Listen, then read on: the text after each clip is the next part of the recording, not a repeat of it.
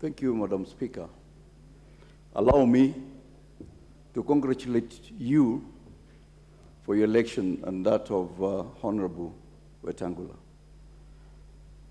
Having said that, allow me to thank the people of Game for having given me a second chance and for having voted with confidence and acknowledged the developments that I've done for them during the past 5 years. Allow me then to comment on the President's speech. I think from the onset, the President mentioned that the elections that are conducted were very competitive. I think he took cognizance that even the difference in his victory was just 200,000. And therefore, he's cognizant that this country was divided into two. And I believe, given the tone of his speech, he's going to work hands-on to ensure that Kenya is united. Having said that, part of his speech, he mentioned on the need for the reduction of 300 billion. I think it's something that is possible, but I think our technocrats at the Treasury have an easier job to do. If you were to ask me, the easier way to reduce the 300 billion would be to look at the last 5-year absorption rates in all the ministries. If you look at the percentage absorption, majorly, it borders about 65 to 70%. So if you had to use the absorption rate based on the ministries, it will be much easier to reduce the 300 billion without specifically looking at the line items. So I encourage the technocrats of the ministry to look at the absorption in line ministries to determine how efficient a ministry is in absorbing their budgets. He also spoke about agriculture subsidy. The world over, agriculture is not meant for profitability.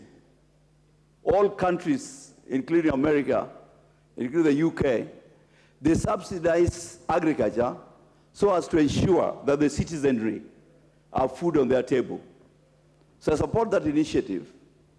What we need to do is to look at the framework, the regulations that will govern distribution of fertilizers to the farmers. And I urge the relevant ministry to think about when Kenya attained independence, we had officers in the fields who are able to collect data and ensure that the farmers are supported. I encourage the county governments to rethink about that strategy if you have to ensure our food security is sustained. He also spoke about the Hustler Fund, which I believe will help the hustlers. But more importantly, it's important, I think, is on our foothold to ensure that the regulations are done better than the way we distribute ways of funds. As you'd realize, once the Hustler Fund has been, the framework is set for issuance to the hustlers at home, it is important that you're clear whether the Hustler Fund is going to be given as a grant or is going to be given as an interest-free support to the hustlers.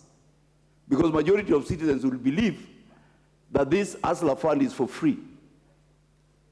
Then the leadership from the functional cooperative ministry will have a problem in recovering the Hustler Fund. So it's important to think about it that way. The President also spoke about KRA, which I think is important for the country. I think for a long time, small businesses in Kenya have been closed by KRA.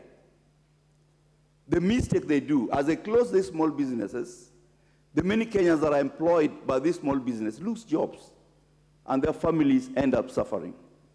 So I believe if we rebrand KRA to Kenya Revenue Service, they'll be able to reevaluate their mandates and ensure that they treat those who